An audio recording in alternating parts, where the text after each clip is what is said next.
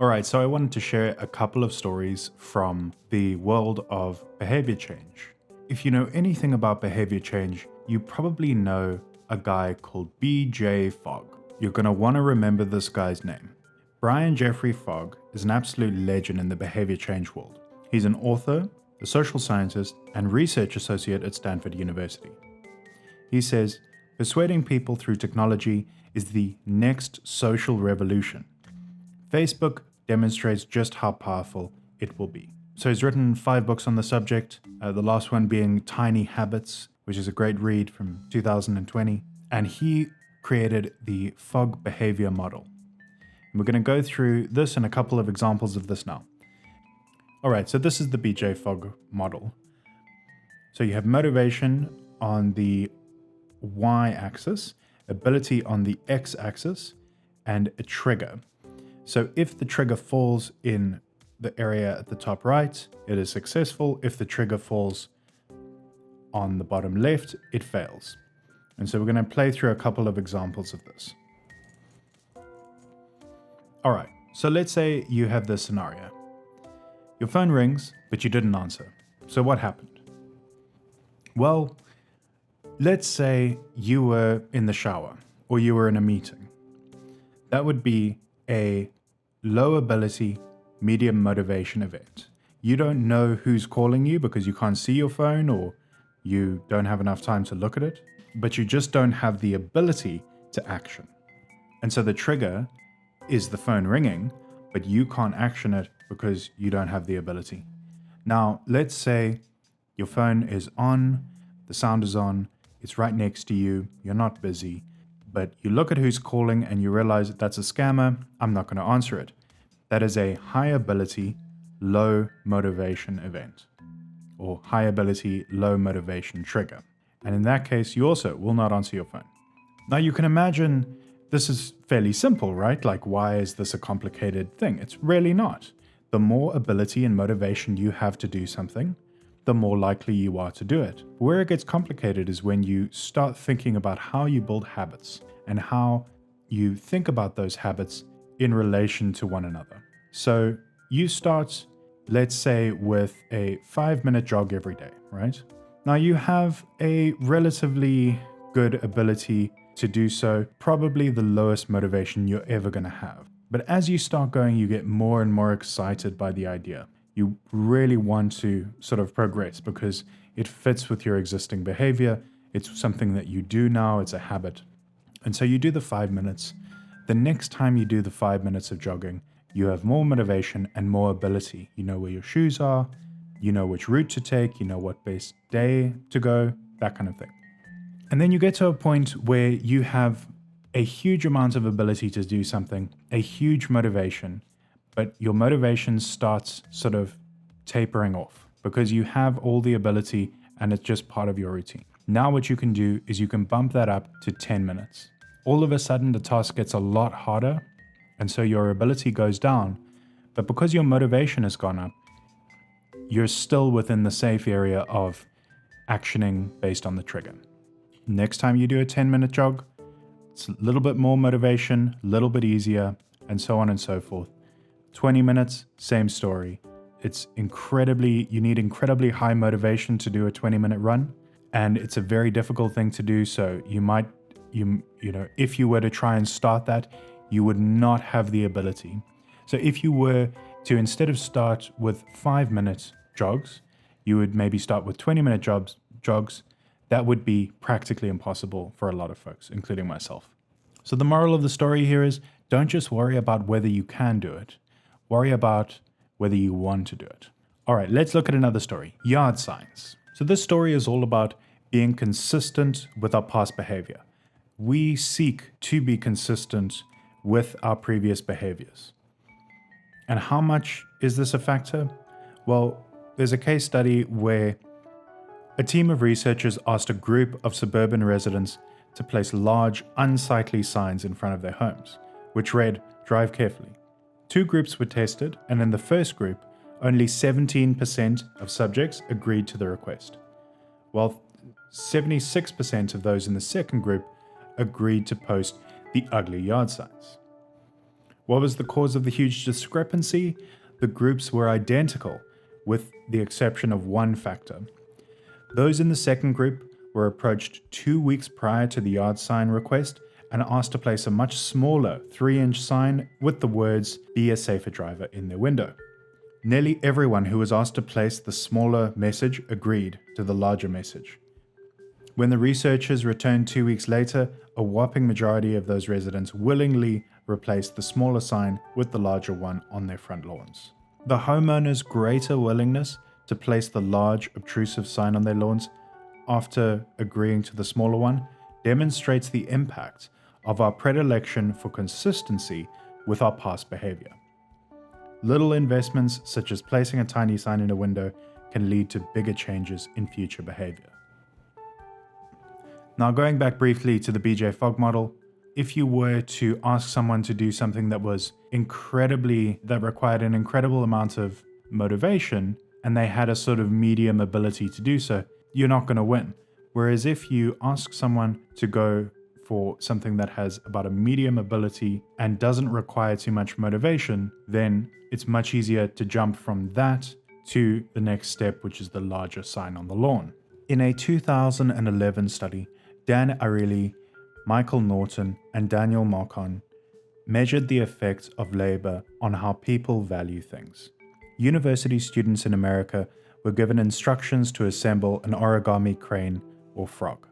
After the exercise, students were asked to purchase their creation, bidding up to $1. Builders were informed that a random number between 0 and 100 would be drawn. If it exceeded their reservation price, the builders would return empty-handed. But if it was equal or less than the builder's bid, then they would pay their bid and keep their origami. Meanwhile, a separate group of students located in another room, unaware of the identity of the builders, were asked to bid on their origami using the same procedure. Similarly, a third independent group were asked to bid on expertly made origami with the same criteria.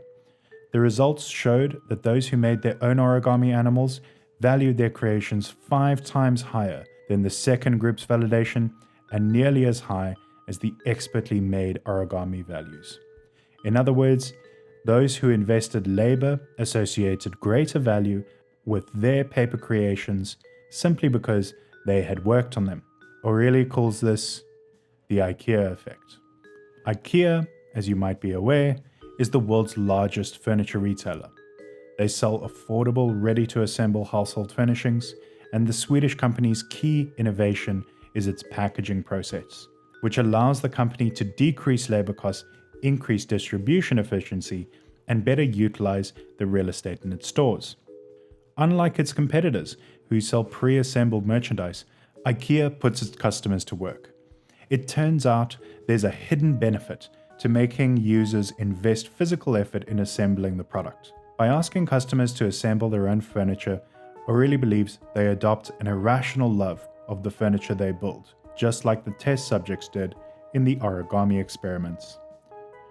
Businesses that leverage user effort confer higher value on their products simply because their users have put work into them.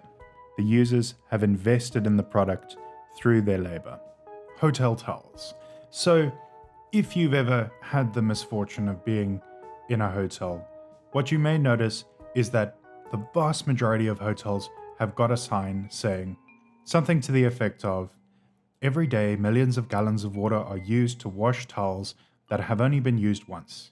You'll make a difference if you hang your towel, so that means I will use it again, and a towel on the floor means please exchange this. Please help us conserve the Earth's vital resources." Now, as well-meaning as this might be, the fact is human beings don't react to messaging like this as effectively as they do to other messaging. So if you instead post a sign saying your neighbors, the other people in this hotel, they're using their towels 3 or 4 times before sending them to be washed, that would be what you would call a descriptive norm. You're describing what the norm is amongst the community or the group of people. And compared to the standard environmental message that we've just seen, this is much more effective.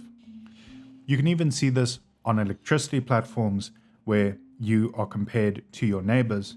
And the effect of this is that it makes people more likely to use less electricity when they know that they are below average in terms of efficiency or above average in terms of use.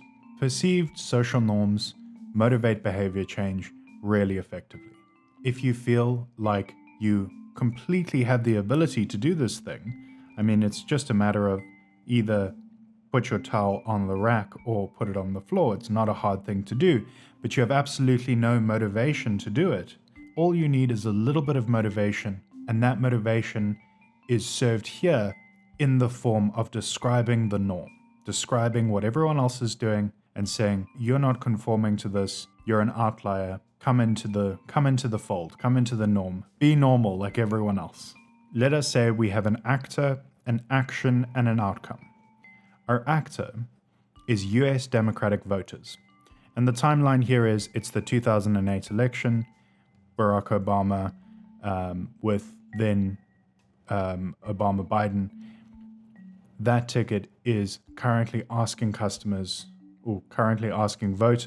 to call into radio stations with their stories about why healthcare reform is so important to them. The outcome that they want is they want to get as many radio stations as possible talking about healthcare reform, thereby spreading the message that healthcare needs to change. The intervention or the solution is an online page that takes the guesswork out of calling into a radio station. And so the first thing you might notice after the header and all the branding and everything else, that little green and blue logo there for radio time, which is the radio station that they would like you to call. So the first thing that they've done is they've defaulted you. They've said, don't worry about picking a radio station. Here's a radio station that we think that you should call into. And of course, if you don't like radio time, or for some other reason you don't feel like it, or maybe you can't get through, they'll give you another show to call. They simplify and automate the process by giving you very easy to follow instructions, giving you calling tips like be polite, be respectful. This is how radio stations operate. If you can't get through, don't worry. And they give you discussion points. They give you the key messages that they're looking to get out there, and this is how you can help them. So first, listen, then call. Listen to the particular radio station, call in. If you can't get through, get another show. Take the calling tips, add your voice, so it's not just about rehearsing and reciting the discussion points. It's important that you have your own story in this. Kind of makes you feel like the IKEA effect there again. And then lastly, report the call so that they can keep track of all the metrics.